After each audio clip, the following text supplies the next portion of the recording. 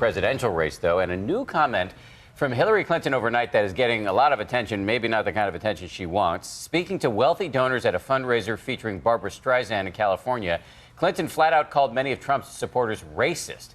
Trump, meanwhile, is defending his repeated praise of Russian President Vladimir Putin. And ABC's Devin Dwyer is covering it all from Washington, D.C. Hey, Devin.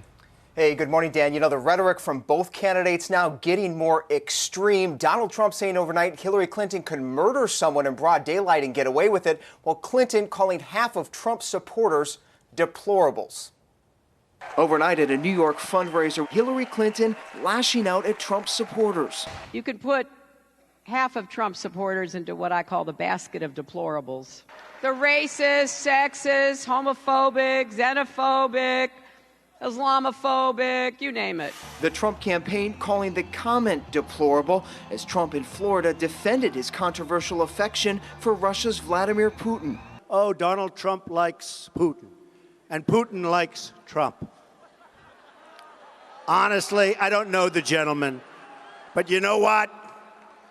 He's been nice to me. The difference between me and my opponent on Vladimir Putin and in all negotiations is that I negotiate by creating leverage. But scrutiny of Trump's embrace of the authoritarian regime is getting more intense. After first praising Putin this week, He is really very much of a leader, far more than our president has been a leader. Trump then defending Russia against explosive allegations its hackers broke into DNC computers. It's probably unlikely. I think maybe the Democrats are putting that out. Трамп яркий человек. That interview airing on state-run Russian TV, contradicting top U.S. intelligence officials who say Russian involvement in the hack is all but certain. After meeting for nearly 2 hours with national security experts, Hillary Clinton appeared flabbergasted. Every day that goes by, this just becomes more and more of a reality television show. It's not a serious presidential campaign.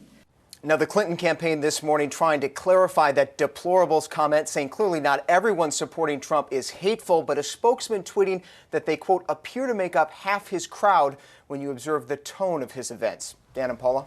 All right, Devin Dwyer, we want to thank you. And joining us now from Austin, Texas is ABC News political analyst Matthew Dowd. Matthew, good morning to you. Thanks for joining us. So, not long ago, Hillary Clinton said this. She said, the last thing we need is a president who brings more name-calling to D.C. And yet yesterday she calls half of Trump supporters in a basket of deplorables. Do you think this is going to haunt her?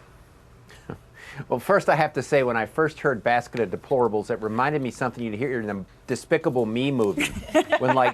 when Gru can't find his minions, he calls Dr. Nefario and says, get me the basket of deplorables. I think in the book of bad campaign ideas, there's a chapter on attacking voters at a fundraiser.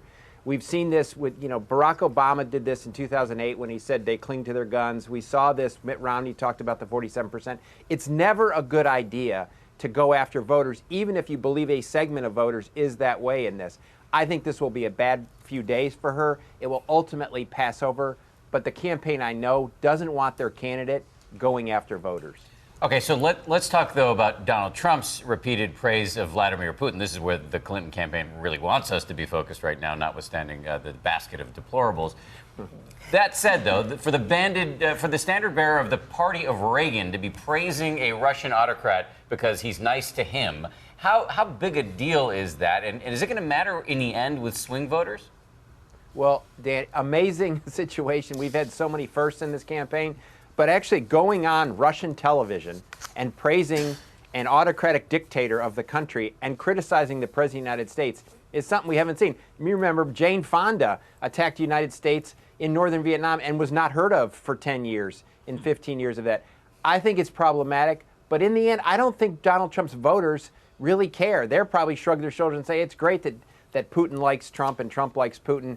Move on. I think ultimately this will have to be answered. Both of these things, the basket of deplorables and this, will have to be answered in that first debate. Well, Matt Dowd, you are anything but deplorable. We love you. Thanks for coming on the show this morning. Take care. That's good. That's a high bar. Thanks, Matt.